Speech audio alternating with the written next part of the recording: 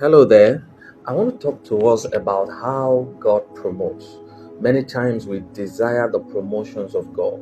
In our walk with God, we desire that we move from one level of glory to another. We move from one level of grace to another. But in practical terms, how does this happen?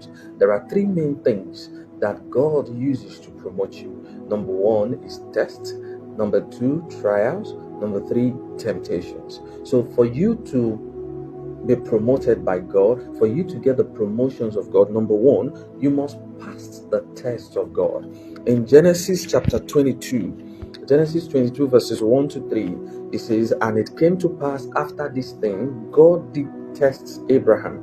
That the word "tent" in the King James is supposed to be rendered test. That's why if you look at the New King James actually corrected it and says what? Test. So God did test Abraham and said unto him, Abraham, and he said, Behold, here am I.